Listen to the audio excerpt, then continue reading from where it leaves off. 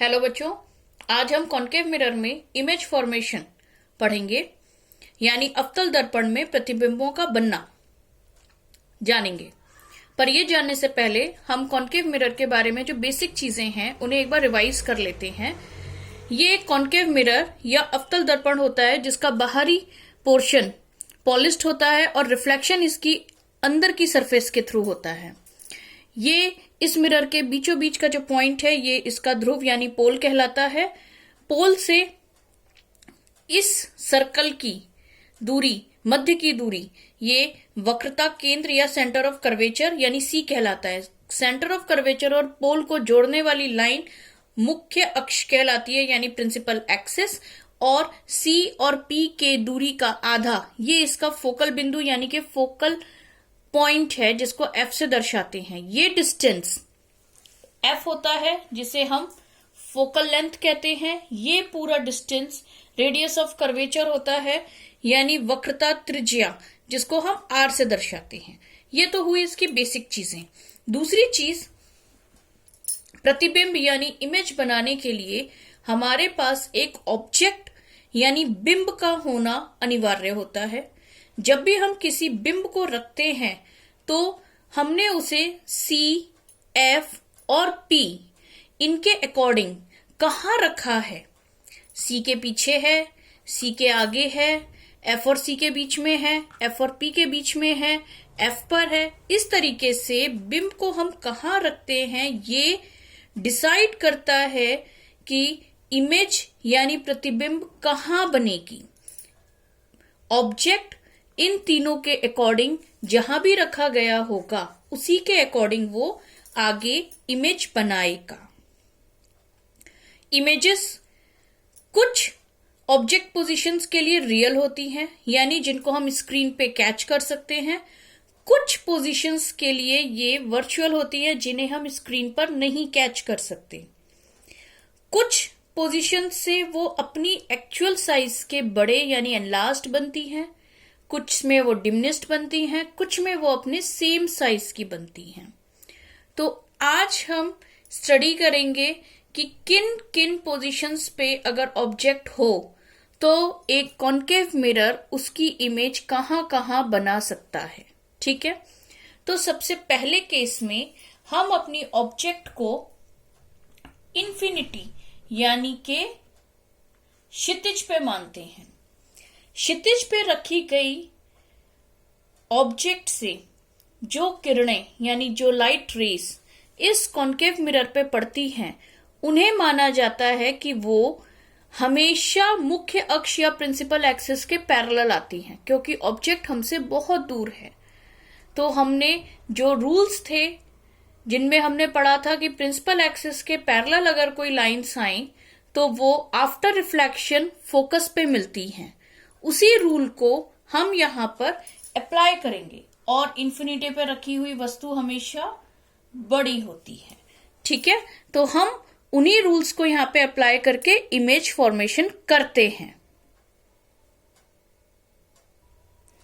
ये देखिए, इस ऑब्जेक्ट में से दो पैरेलल रेस निकली और वो दोनों इस मिरर से टकराने के बाद रिफ्लेक्ट हुई। रिफ्लेक्ट होने के बाद वो दोनों की दोनों ही फोकस पॉइंट यानी एफ से गुजरी और हमारी यहां इसी एफ पर एक इमेज बनी जो कि हाईली डिमिनिश्ड है, पॉइंट साइज्ड कह सकते हैं, और वास्तविक है और इन्वर्टेड है यानी हाईली डिमिनिश्ड, रियल, इन्वर्टेड, वास्तविक, उल्टी और अत्यधिक छोटी।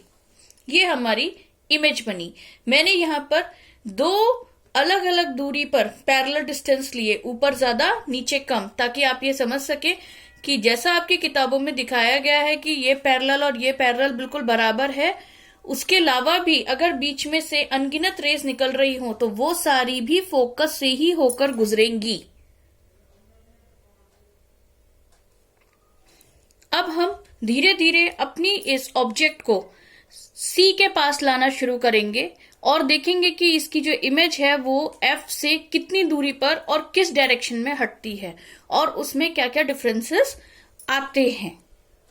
पहली पोजीशन में हम इस ऑब्जेक्ट को इन्फिनिटी से हटा के सी के थोड़ा सा पीछे यानी यहां लेकर के आएंगे। चलिए देखते हैं ये कैसे होता है। ये देखिए, दूसरे केस में हम अपने बिंब यानी ऑब्जेक्ट को उठा के सी के पीछे यानी वक्रता केंद्र के पीछे लेकर आते हैं। अपने रूल्स को याद करते हैं। पहली रे हम इसमें कैसी भी रे बना सकते हैं, लेकिन कन्वीनियंस के लिए अगर हम एक ही तरीके की रे बनाएंगे तो हमारे डायग्राम्स कभी गलत नहीं होंगे। तो सबसे पहले हम मुख्य अक्ष यानी प्रिंसिपल एक्सिस के एक पैरेलल रे बनाते हैं। वो पैरेलल रे फोकस में से होकर गुजरती है, यहां से आई और यहां गुजर गई। उसी प्रकार दूसरी रे हमने प्रिंसिपल फोकस के बीच में से निकाली, जो कि फोकस से होती हुई गई, फिर रिफ्लेक्ट हुई और रिफ्लेक्ट होने के बाद प्रिंसिपल एक्सिस के पैरेलल हो गई। ये दोनों रेस यानी रिफ्लेक्टेड रेस जहां मिलेंगी वहीं हमारी इमेज यानी बिंब का प्रतिबिंब बनेगा। प्रतिबिंब हमेशा उल्टा बना, इस पोजीशन पे ये हमेशा ही उल्टा बनता है, यानी यहां पर जो इमेज हमारी बनी है वो रियल है, इन्वर्टेड है और इससे साइज में छोटी है, डिमिनिस्ड है। ठीक, अब हम इस ऑब्जेक्ट को उठा के सी पर रखेंगे, फिर देखते हैं इसमें क्या अंतर पड़ता है। ये देखिए, तीसरी पोजीशन में हमने अपनी ऑब्जेक्ट को सी के ऊपर रखा था। एक पैरेलल रे इसमें से निकाली, जो पैरेलल रे निकलने के बाद मिरर से रिफ्लेक्ट होके फोकस से गुजरेगी, और दूसरी हमने पिछले वाले डायग्राम को याद करते हुए फोकस में से ही निकाली। हम अपनी रेस के डायरेक्शन और किस पॉइंट से पास होती है वो हम तब तक चेंज नहीं करते जब तक अनिवार्य ना हो। फोकस से निकली हुई पैरेलल हो गई, ये दोनों रिफ्लेक्टेड रेस इस पॉइंट पर मीट हुई, हमने वहां से इमेज बना ली। दोनों ऑब्जेक्ट और इमेज, बिंब और प्रतिबिंब सी पर ही हैं, एक ऊपर एक नीचे, यानी ये रियल है, इन्वर्टेड है और इन दोनों का साइज भी कैसा है, समान है। अब हम अगले रे डायग्राम के लिए सी और एफ के बीच में इस ऑब्जेक्ट को सरकाएंगे। अब तक आपने नोटिस कर लिया होगा कि जैसे जैसे हमारी ऑब्जेक्ट इन्फिनिटी से मिरर की तरफ आती है, वैसे वैसे हमारी इमेज या प्रतिबिंब मिरर से इन्फिनिटी की तरफ जाता है। सबसे पहले जब वो इन्फिनिटी पे थी तो हमारी इमेज फोकस पे थी, जब वो बियॉन्ड सी आई तो फोकस और सी के बीच में बनी थी, अब वो सी पर है तो ये सी पर ही बन रही है। ठीक है, अब जब हम इसे सी और एफ के बीच में लेकर आएंगे तो ये सी के पीछे बनेगी। चलिए देखते हैं ये कैसे बनती है। ये देखिए, अगली पोजीशन में जहां हम ऑब्जेक्ट को सी और एफ के बीच में लेकर आए, वहां पैरेलल रे निकली, रिफ्लेक्ट हुई, फोकस से गुजरी। दूसरी रे हमने फोकस से गुजारी, रिफ्लेक्ट हुई और वो पैरेलल हो गई। ठीक है, दोनों रिफ्लेक्टेड रेज जहां मिली उस पॉइंट ऑफ इंटरसेक्शन पे हमने इमेज बनाई। देखने से ही पता चल रहा है मिरर के इसी तरफ है, नीचे की तरफ है, रियल है, इन्वर्टेड है और एनलार्ज्ड है, यानी आवर्धित है। प्रतिबिंब आवर्धित होना शुरू हो गया है और ये वास्तविक है। ठीक है, अब जब हम इसे फोकस पे शिफ्ट करेंगे तब देखते हैं क्या चेंजेस आते हैं। ये देखिए, इस केस में जब हमने ऑब्जेक्ट को फोकस पे रखा तो एक पैरेलल रे निकली और वो फोकस से होके गुजरी, पर यहां पर हम दूसरी रे फोकस में से नहीं निकाल सकते, इसलिए हमने अपने अगले रूल्स का ध्यान किया और जो रे सेंटर ऑफ कर्वेचर पर पड़ती है, गुजरती है, वो अपने ही पाथ पे लौट जाती है, उसको याद किया।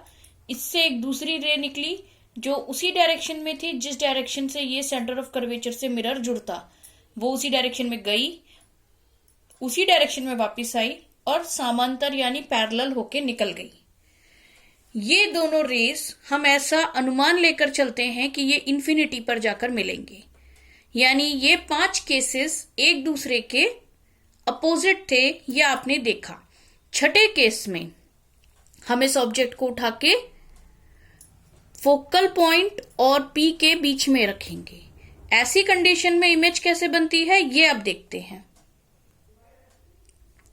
ये देखिए, लास्ट केस में हमने अपनी ऑब्जेक्ट एफ और पी के बीच में रखी और यहां से एक रे ऐसी निकली जो सीधी जाके सेंटर ऑफ कर्वेचर ही वापस आई। दूसरी रे, हमारा जो तीसरा नियम था उसे याद करें, अगर आप किसी एक एंगल पे अगर लगती है मिरर से तो वो एंगल नॉर्मल पर एंगल ऑफ इंसिडेंस बनाता है और वो angle of reflection angle of incidence के बराबर रखते हुए रिफ्लेक्ट हो जाती है। तो ये दोनों एंगल बराबर रखते हुए जो रे यहां से आई, पी पर टकराई, वो रिफ्लेक्ट हो गई। हमने इन दोनों रिफ्लेक्टेड रेस को पीछे की तरफ बढ़ाया और जहां ये दोनों एक दूसरे से मिली वहां पर हमने प्रतिबिंब पाया। ये प्रतिबिंब वर्चुअल है, इरेक्ट है और एनलार्ज्ड है, यानी ये आवर्धित है, आभासी है और सीधा है। तो ये हमारे कॉन्केव मिरर से यानी अवतल दर्पण से प्रतिबिंब या इमेज फॉर्मेशन के 6 डिफरेंट केसेस थे। सारे केसेस बहुत इजीली ध्यान में रखे जा सकते हैं और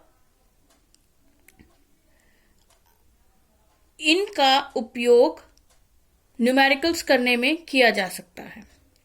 आई होप आपको ये समझ में आए होंगे। Thank you.